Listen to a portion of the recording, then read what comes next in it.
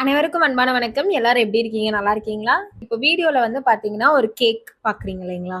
இந்த கேக் வந்து விண்ணில்ல நல்லா சங்கனாயி இருக்கு. கலரும் சரி கிடையாது. டெக்ஸ்சர் வந்து பயங்கர ரப்பர் மாதிரி இருக்கு. ஆக்சுவலி இது வந்து என்னோட 35th கேக். பேக்கிங் ஃபீல்டுக்குள்ள நம்ம வரும்போது ஒரு ஃபர்ஸ்ட் வந்து ஒரு 10 கேக்ஸ் வந்து நம்ம மிஸ்டேக்ஸ் பண்ணுவோம், எல்லாமே பண்ணுவோம். அதுக்கப்புறம் நமக்கு கரெக்ட் ஆயிரும். நம்ம கரெக்டா ஒரு ஃப்ளோல போயிட்டு இருப்போம். ஆக்சுவலி நான் என்ன நினைச்சேன், ஓவன் தான் தப்பு. சம்திங் ஏதோ மிஸ்டேக்கு. இன்கிரீடியன்ட்ஸ்ல ஏதோ ஒரு மிஸ்டேக்கு. அதனால தான் வரல. வெளியில வந்து ரொம்ப கோல்ட் கிளைமேட்டா இருக்கு. அதனால இப்படி ஆயிடுச்சு அப்படின்னு சொல்லி ஐ வாஸ் பிளேமிங். அதாவது நான் என்ன மிஸ்டேக் பண்ணேங்கிறத வந்து நான் கரெக்டா செக் பண்ணாம ஐ வாஸ் பிளேமிங் எவ்ரி. நான் வந்து ஒரு சீனியரான பேக்கர் கிட்ட தான் நான் போய் கத்துக்கிட்டேன். அவங்க கிட்ட இந்த மாதிரி நான் கேட்கும்போது அவங்க வந்து என்கிட்ட சொன்னாங்க, பேக்கிங் ஆக்சுவலி ஒரு சயின்ஸ். அந்த சயின்ஸை நீங்க கரெக்டா புரிஞ்சுக்காம பண்ணீங்கன்னா ரிசல்ட் கண்டிப்பா கரெக்டா வராது அப்படின்னு சொல்லி சொன்னாங்க. அப்போ அந்த பேக்கிங்கிறது இட்ஸ் நாட் ஜஸ்ட் நம்ம இன்கிரீடியன்ஸ் போடுறோம், மிக்ஸ் பண்றோம், அது கிடையாது. இட்ஸ் அ சயின்ஸ் அப்படிங்கிறது எனக்கு அப்பதான் புரிஞ்சுது. என்னோட பேக்கிங்ல இது வரைக்கும் நான் என்ன மிஸ்டேக்ஸ் பண்ணியிருக்கேன், அது எதனால நடந்திருக்கு அப்படிங்கறத அனலைஸ் பண்ணேன். அதுக்கப்புறம் என்கிட்ட கத்துக்கிட்ட ஸ்டூடெண்ட்ஸ் பண்ற மிஸ்டேக்ஸ் எல்லாத்தையும் அனலைஸ் பண்ணக்கப்புறம் காமனா எல்லாரும் பண்ணக்கூடிய ஒரு 10 மிஸ்டேக்ஸ் இருக்கு நீங்க கேக் பேக் பண்ணும்போது. அந்த 10 மிஸ்டேக்ஸை நம்ம கரெக்ட் பண்ணிட்டோம்னா every time you bake a cake உங்களுக்கு பெர்ஃபெக்டான அவுட்புட் வரும். இன்னைக்கு அந்த 10 மிஸ்டேக்ஸ் என்ன, அந்த மிஸ்டேக்ஸை எப்படி நீங்க வந்து கரெக்ட் பண்ணலாம் அப்படிங்கறத பத்தி தான் நம்ம பார்க்க போறோம். வாங்க நம்ம வீடியோக்குள்ள போலாம். ஃபர்ஸ்ட் சீக்ரெட்ஸ் என்ன அப்படின்னு பார்க்குறோம். Room temperature ingredients. இது எதனால அவ்வளோ இம்பார்ட்டன்ட்? பேக்கிங்னு வந்துட்டாலே temperature is very very important. அது இன்கிரீடியன்ஸோட டெம்பரேச்சர் வந்து ரொம்ப ரொம்ப important. Most of the bakers பிகினிங்ல பண்ற மிஸ்டேக் என்னன்னா, இன்கிரீடியன்ஸோட டெம்பரேச்சரை நீங்க செக் பண்ண மாட்டீங்க. சம்டைம்ஸ் வந்து நம்ம எக்ஸும் பட்டரும் வந்து ஃப்ரிட்ஜ்ல இருந்து வெளியில எடுத்து வைக்கிறதுக்கு மறந்துடுவோம். டைம் இல்லைங்கிற அவசரத்துல நம்ம அப்படியே யூஸ் பண்ண ஆரம்பிச்சிருவோம். இப்போ நீங்க கோல்டான பட்டர் வந்து யூஸ் பண்றீங்கன்னா உங்க பேட்டர்ல வந்து ப்ராப்பரா மிக்ஸ் ஆகாது. அதே மாதிரி கோல்டு எக்ஸ், சில்லுக்கும் கோல்டுக்கும் வித்தியாசம் இருக்கு. சில்ட் எக்ஸ் வேற, கோல்டு எக்ஸ் வேற. நம்ம என்ன பண்றோம், சில்லுக்கும் கோல்டுக்கும் வந்து கன்ஃபியூஷன் பண்ணிட்டு நீங்க வந்து கோல்ட் எக்ஸ் யூஸ் பண்ணிடுறீங்க. அப்போ கோல்ட் எக்ஸ் யூஸ் பண்ணும்போது உங்களுக்கு பேட்டர்ல லம்ப்ஸ் அது ஃபார்ம் ஆகும். இதனால ரிசல்ட் என்ன ஆகுதுன்னா டென்ஸ், ஹெவி, அன்ஈவன் கேக் உங்களுக்கு கிடைக்கும். கரெக்ட் மெத்தட் என்ன அப்படின்னு பார்த்தோம்னா, பேக்கிங் நீங்க ஸ்டார்ட் பண்றதுக்கு ஒரு 30 to 45 மினிட்ஸ் முன்னாடியே ஃப்ரிட்ஜ்ல இருந்து பட்டர், எக்ஸ், மில்க்ஸ் எல்லாத்தையுமே எடுத்து வச்சிருங்க. Let it come to room temperature. Silt X use பண்ண போறீங்கன்னா மட்டும் ஒரு 20 மினிட்ஸ் பிஃபோர் வெளியில எடுத்து வச்சிருங்க. So use your ingredients at the room temperature. கோல்டான இன்க்ரீடியன்ஸ் வந்து straight from the fridge use பண்ணாதீங்க. செகண்ட் என்ன அப்படின்னு பார்ப்போம். செகண்ட் வந்து மெஷரிங். வெயிட்ல மெஷர் பண்ணுமா, வால்யூம்ல மெஷர் பண்ணுமா அப்படிங்கிற ஒரு கன்ஃபியூஷன். பேக்கிங்கும் குக்கிங்கும் ஒன்று கிடையாது. குக்கிங்ல நம்ம இது கொஞ்சமா போட்டுக்கோங்க, தேவையான அளவு போட்டுக்கோங்க அப்படின்னு சொல்லிக்கலாம். பட் பேக்கிங்ல எக்ஸாக்ட் மெஷர்மெண்ட் இல்லைன்னா எக்ஸாக்டான ரிசல்ட் வராது. இப்போ கப் மெஷர்மெண்ட்ல ஒரு ஹியூஜான ப்ராப்ளம் இருக்கு. ஒவ்வொருத்தரும் ஒவ்வொரு மாதிரி அந்த கப் மெஷர்மெண்ட்டை யூஸ் பண்ணுவாங்க. உதாரணத்துக்கு இப்போ நீங்க வந்து கப்ல வந்து மெஷர்மெண்ட் எடுக்கிறீங்கன்னா லூஸ்லி ஃபில் பண்ணி எடுப்பீங்க. ஒரு சிலர் வந்து நல்லா ப்ரெஸ் பண்ணி விட்டுட்டு அப்படி மெஷர்மெண்ட் எடுப்பாங்க. அப்ப என்ன ஆகும்னா உங்களுக்கு இதுல வந்து ஒரு 30% டிஃபரன்ஸ் உங்களுக்கு வரும். சம்டைம்ஸ் வந்து ஃப்ளார் ஜாஸ்தி ஆயிரும், சம்டைம்ஸ் ஃப்ளார் கம்மி ஆயிரும். ஸோ அதனால எப்பவுமே நீங்க வந்து ஒரு வேயிங் ஸ்கேல் யூஸ் பண்ணுங்க. கிராம்ஸ்ல மெஷர் பண்ணுங்க. மெஷர்மெண்ட்ல எந்த ஒரு சேஞ்சஸும் பண்ணாதீங்க. குட். நீங்க ஒரு டிஜிட்டல் கிச்சன் ஸ்கேல் வாங்கிக்கிறீங்கன்னா உங்களுக்கு பெஸ்ட். நீங்க பேக்கிங் பிசினஸா எடுக்க போறீங்கன்னா it is a good investment. அதனால கண்டிப்பா நீங்க ஒரு வேயிங் ஸ்கேல் வாங்கிக்கோங்க. Baking powder versus baking soda. நிறைய பேர் இதுல கன்ஃபியூஸ் ஆகுறது உண்டு. நான் பேக்கிங் பவுடர் அண்ட் பேக்கிங் சோடானா கிளியரா என்னங்கிறத எக்ஸ்பிளைன் பண்ணி ஆல்ரெடி ஒரு வீடியோ போட்டிருக்கேன். அந்த வீடியோ நீங்க பார்க்கலன்னா கார்ட்ல கொடுக்குறேன், செக் அவுட் பண்ணிக்கோங்க.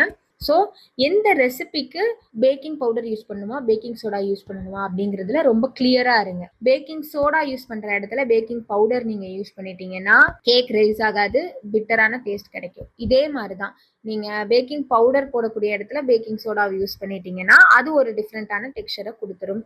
Packing powder and baking soda பொறுத்த மட்டும் எக்ஸ்பைரி டேட் கண்டிப்பா நீங்க செக் பண்ணணும். ஓல்டான baking powder or baking soda use பண்ணீங்க அப்படின்னு உங்களுக்கு வந்து கேக்ல நல்ல ரிசல்ட்டே கிடைக்காது.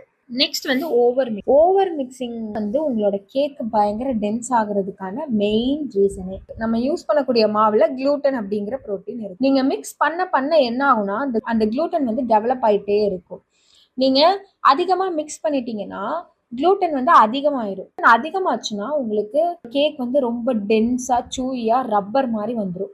இதுவே நீங்க ஓவர் மிக்சிங் பண்ணாம கரெக்டான மிக்சிங் கொடுத்தீங்கன்னா அளவான குளூட்டன் மட்டும்தான் ரிலீஸ் ஆகும். So you get soft and tender cake. எந்த ஃப்ளார் நீங்க யூஸ் பண்ணீங்கனாலும் ஓகே. நீங்க ஃப்ளாரை ஆட் பண்ணக்கப்புறம் ஃபுல்லா கம்பைன் ஆயிருச்சு அப்படின்னா நீங்க அதை அப்படியே விட்டுருங்க. அதுக்கு மேல போட்டு நான் பயங்கரமா மிக்ஸ் பண்ணிக்கிட்டே இருக்காதீங்க. எலக்ட்ரிக் பீட்டர் வந்து யூஸ் பண்ண வேண்டாம். எலக்ட்ரிக் பீட்டர் யூஸ் பண்ணீங்கன்னா ஓவர் மிக்சிங் ஆயிரும். அப்புறம் உங்க கேக் வந்து டென்ஸ் தான் ஆகும். நெக்ஸ்ட் என்ன அப்படின்னா ஓவனோட டெம்பரேச்சர். உங்களோட ஓவனோட டெம்பரேச்சர் ரியலி 180 டிகிரி செல்சியஸ்ல தான் மெயின்டைன் ஆகுதா அப்படிங்கிறத நீங்க செக் பண்ணணும்.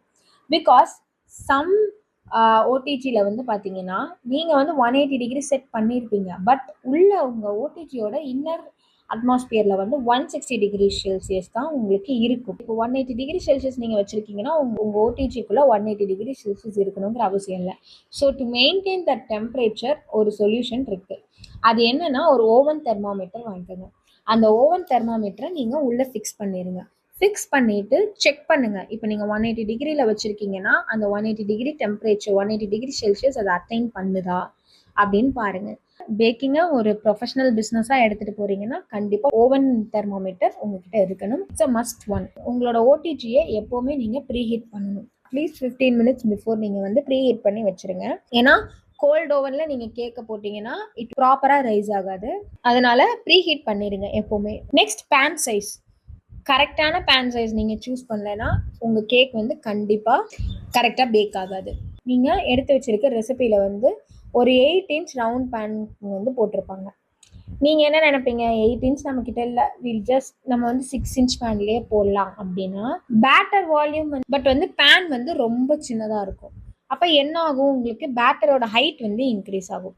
அப்போது சம்டைம்ஸ் வெளியில் நல்லா குக் ஆயிரும். பட் இன்சைடில் வந்து பார்த்தீங்கன்னா உங்களுக்கு ராவாக இருக்கும்.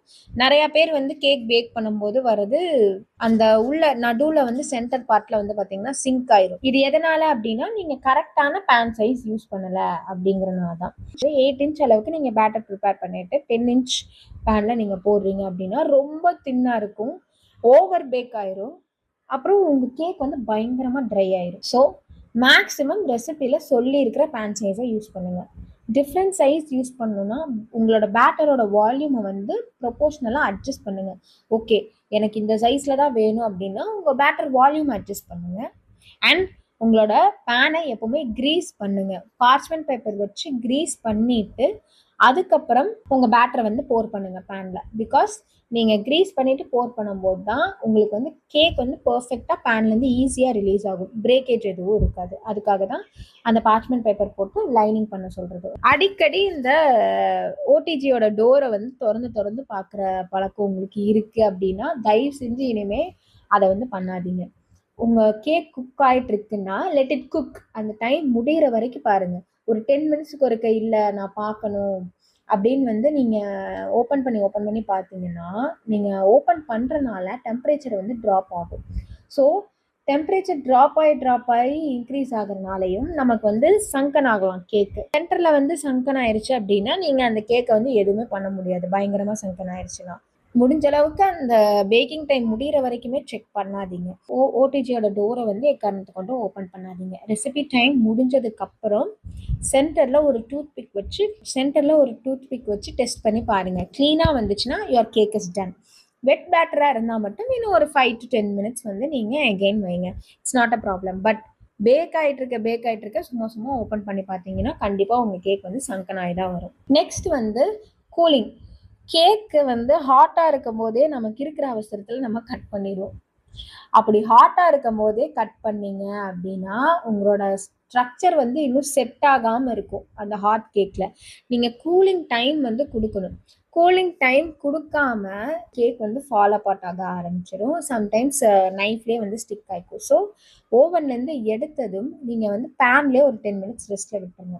பேன்லேருந்து கொஞ்சமாக அந்த ஹீட் ஸ்லோலி டிசப்பேட் ஆனோங்க அதை வந்து ஒரு ஒயர் ரெஸ்டிங் ரேக்குக்கு மாற்றிடுங்க. ரெஸ்டிங் ரேக்குக்கு மாற்றிட்டு மினிமம் ஒரு 1 ஹவருக்கு விட்டுருங்க. அது கூல் ஆகட்டும். கூல் ஆனக்கப்புறம் நீங்கள் டெக்கரேஷன் ப்ராசஸும் நீங்கள் ஸ்டார்ட் பண்ணுங்க. 1 hour கூலிங் டைம் நீங்கள் விட்டீங்கன்னா உங்கள் கேக் ரொம்ப பர்ஃபெக்டாக கட் ஆகும். எந்த ஒரு கிரம்பிள்ஸும் இருக்காது. க்ளீனாக உங்களால் கட் பண்ணி எடுக்க முடியும். நெக்ஸ்ட் வந்து அவசரத்தில் நம்ம என்ன பண்ணுவோம், ஃப்ளாரை வந்து ஷிஃப்ட் பண்ணாமல் விட்டுருவோம். அதாவது மாவை வந்து ஜலிக்காமல் நீங்கள் போட்டுருவீங்க. இந்த ஸ்டெப்பை நீங்கள் ஸ்கிப் பண்ணுறனால உங்களோட கேக்கோட அவுட்புட் வந்து கரெக்டாகவே வராது. எதனால் அப்படின்னா, ஃப்ளாரை வந்து என்ன பண்ணுவாங்க, நீங்கள் மாவை வந்து அரைச்சோன்னே அது ரொம்ப நாளாக காம்பேக்டாக வந்து அது என்ன இருக்குன்னா வீக்ஸ் கணக்கில் ஸ்டோர் பண்ணி வச்சுருப்பாங்க. வீக்ஸ் அண்ட் மந்த்ஸ் கணக்கில் கூட ஸ்டோர் பண்ணி வச்சுருப்பாங்க. அப்போ அந்த காம்பேக்டாக இருக்கனால உங்களுக்கு அங்கங்கே இந்த கட்டி கட்டியாக ஃபார்மேஷன்ஸ் இருக்கும். அந்த மாதிரி ஃபார்மேஷன் இருக்கும்போது இது என்ன ஆகும்னா, நீங்கள் என்னதான் வந்து நல்லாவே மிக்ஸ் பண்ணாலும் அது என்ன பண்ணுன்னா அங்கங்கே போய் ஒரு ஃப்ளார் பாக்கெட் மாதிரி கிரியேட் ஆக ஆரம்பிச்சிடும். ஒரு சில இடத்துல வந்து அன்ஈவன் டெக்ஸ்சராக கொடுக்கும். ஒரு சில இடத்துல மட்டும் நல்லா டென்ஸாக இருக்கும் கேக்கு. இதெல்லாம் எதனாலனா நீங்கள் வந்து ஃப்ளாரை வந்து ஷிஃப்ட் பண்ணாதனால தான். நீங்கள் ஃப்ளாரை ஷிஃப்ட் பண்ணிட்டீங்கன்னா அது ஏரேஷன் உங்களுக்கு அந்த ஃப்ளாரில் கொடுக்கும். அப்போ அந்த ஏரேஷன் கொடுக்கும்போது உங்களோட கேக் வந்து பயங்கர லைட் அண்ட் ஃப்ளஃபியாக வரும். அப்போது கண்டிப்பாக நீங்கள் வந்து இந்த ஃப்ளார் ஷிஃப்டிங் ஸ்டெப்பை வந்து மிஸ் பண்ணவே கூடாது. அண்ட் நீங்கள் ஃப்ளாரை ஷிஃப்ட் பண்ணும்போதே பேக்கிங் பவுடர், பேக்கிங் சோடா, உங்களோட அதர் ட்ரை இன்க்ரீடியன்ஸும் சேர்த்தே ஷிஃப்ட் பண்ணிடுங்க. ஏன்னா எல்லா ட்ரை இன்க்ரீடியன்ஸும் ஷிஃப்ட் பண்ணிட்டீங்கன்னா எல்லாமே உங்களுக்கு லைட் அண்ட் ஃப்ளஃபியாக இருக்கும். ஸோ உங்கள் கேக் வந்து நல்ல ஸ்பாஞ்சியாக, லைட்டாக, ஃப்ளஃபியாக உங்களுக்கு கிடைக்கும். ரெசிப்பியை கரெக்டாக நீங்கள் ரீட் பண்ணணும். இப்போ நீங்கள் ஒரு ரெசிபி எடுத்து பண்ணுறீங்க, நீங்கள் செய்கிறதுக்கு முன்னாடி ஒரு 2 to 3 டைம்ஸ் உங்கள் ரெசிபியை நீங்களே வந்து கோ த்ரூ பண்ணுங்கள். நீங்கள் ஸ்டார்ட் பண்ணுறதுக்கு முன்னாடி கோ த்ரூ பண்ணுங்கள். டைம் இல்லாதப்போ நான் வந்து ரெசிபியை கரெக்டாகவே ரீட் பண்ண மாட்டேன். அவசரத்தில் பண்ணிடுவேன். அந்த ரெசிபியில் வந்து சில்ட் எக் போட்டிருக்கோம். நான் வந்து அவசரத்தில் என்ன பண்ணுவேன்னா நார்மலான எக்கே யூஸ் பண்ணியிருப்பேன். அப்போ எனக்கு அந்த கேக்கோட டெக்ஸ்சர் வந்து கரெக்டாக வராது. என்னடா சரியாகவே வரல அப்படின்னு சொல்லிட்டு திருப்பி நான் போய் ரெசிபியை செக் பண்ணுறப்பன்னா அதில் சில்ட் எக் யூஸ் பண்ணணும் அப்படின்னு இருக்கும். ஸோ ரெசிபியை நீங்கள் வந்து கரெக்டாக நீங்கள் படிக்கணும். என்ன தான் நம்ம ரொம்ப இயர்ஸாக பேக்கிங் பண்ணுறோன்னாலும் உங்களோட ரெசிபியை நீங்கள் ஸ்டார்ட் பண்ணுறதுக்கு முன்னாடி ஃபுல்லாக ஒரு 2 or 3 டைம்ஸ் ரீட் பண்ணிடுங்க.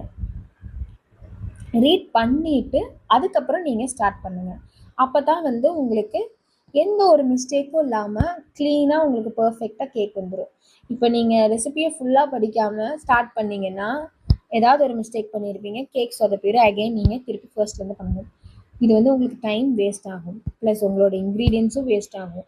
கஸ்டமருக்கு நீங்கள் ப்ராப்பரான டைமிங்கில் கொடுக்க முடியாது. ஒரே டென்ஷன் தான் ஆகும்.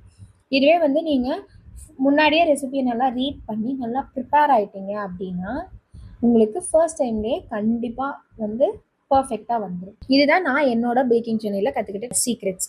அந்த 10 சீக்ரெட்ஸ் தான் நான் உங்களுக்கு சொல்லியிருக்கேன். அந்த 10 சீக்ரெட்ஸை ஷார்ட் அவுட் பண்ணி உங்களுக்கு சொல்லிடுறேன். ஃபர்ஸ்ட் வந்து உங்களோட இன்க்ரீடியன்ஸோட டெம்பரேச்சர். செகண்ட் வந்து எல்லாமே நீங்கள் வந்து வேயிங் ஸ்கேலில் மெஷர் பண்ணி எடுக்கணும்.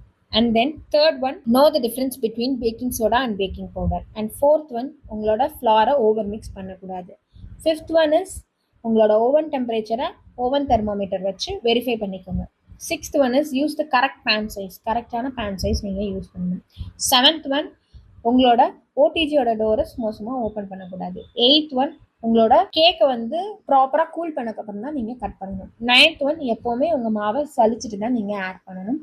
10th one, read the full recipe before starting. Start பண்ணுறதுக்கு முன்னாடி உங்களோட ரெசிபியை நல்லா ஃபுல்லாக கிளியராக ரீட் பண்ணிடுங்க. இந்த 10 சீக்ரெட்ஸில் எத்தனை நீங்கள் ஆல்ரெடி ஃபாலோ பண்ணிட்டு இருக்கீங்க அப்படிங்கிறத கமெண்ட் பாக்ஸில் சொல்லுங்கள்.